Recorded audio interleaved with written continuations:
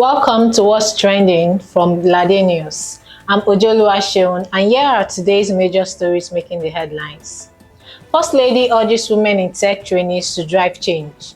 Nigeria's First Lady, Senator Reuben Tinubu, has encouraged graduates of the Renewed Hope Initiative Huawei Women in Tech program to use their newly acquired digital skills to impact their communities positively.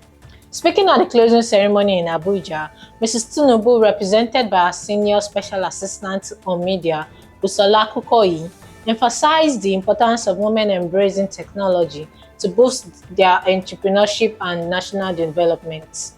The initiative, a collaboration between the Renewed Hope Initiative and Huawei Nigeria, seeks to empower women entrepreneurs from all 6 geopolitical zones with the tools to expand their business and become key players in the digital economy.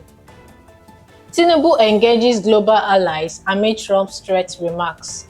President Bola Ahmed Tinubu says his administration is engaging international partners diplomatically following comments by former US President Donald Trump, who threatened possible action against terror groups in Nigeria.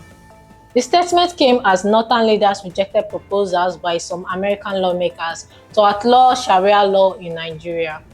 Addressing members of the Federal Executive Council after swearing in 2 new ministers, Dr. Bernard Doro and Dr. Kingsley Ude, SAN, the president assured Nigerians that the government remains resolute in defeating terrorism and ensuring national security. We assure all Nigerians that terrorism will be defeated in this country, he affirmed during the country council meeting held at the State House, Abuja, the first since July. President celebrates Reuben Abati at 60.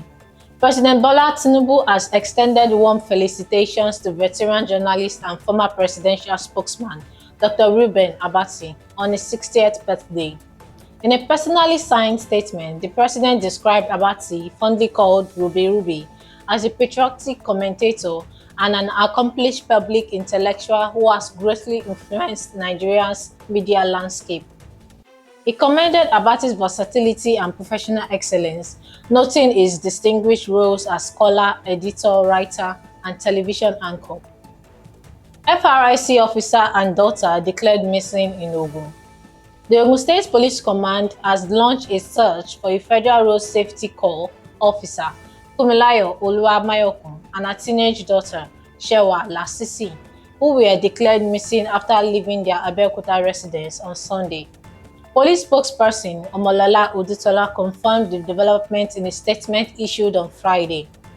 Oluwamayokun, a superintendent route commander, oversees multiple enforcement operations within the FRSC. Family and colleagues says all attempts to reach the officer and her daughter have failed since their disappearance. Tinubu campaign office demolished in Benue.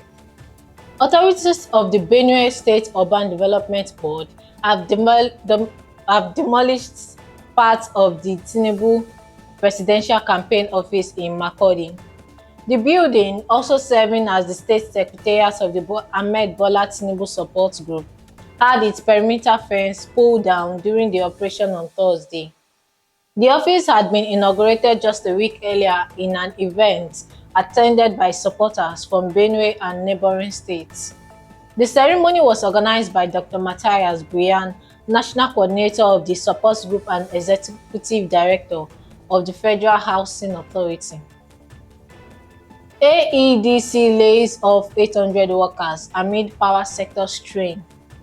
The Abuja Electricity Distribution Company, AEDC, has begun a large-scale downsizing, terminating the employment of around 800 staff members as part of its ongoing restructuring exercise. Sources within the firm said the initial plan to disengage 1,800 workers was scaled down following tense negotiations with labor unions. The retrenchment comes at a time when Nigerians are grappling with inflation, rising living costs, and irregular power supply across the country. Vehicle imports decline as purchasing power drops. Nigeria's automobile sector continues to face a downturn as data from the National Bureau of Statistics (NBS) shows a nearly 10% decline in passenger car imports in the first half of 2025.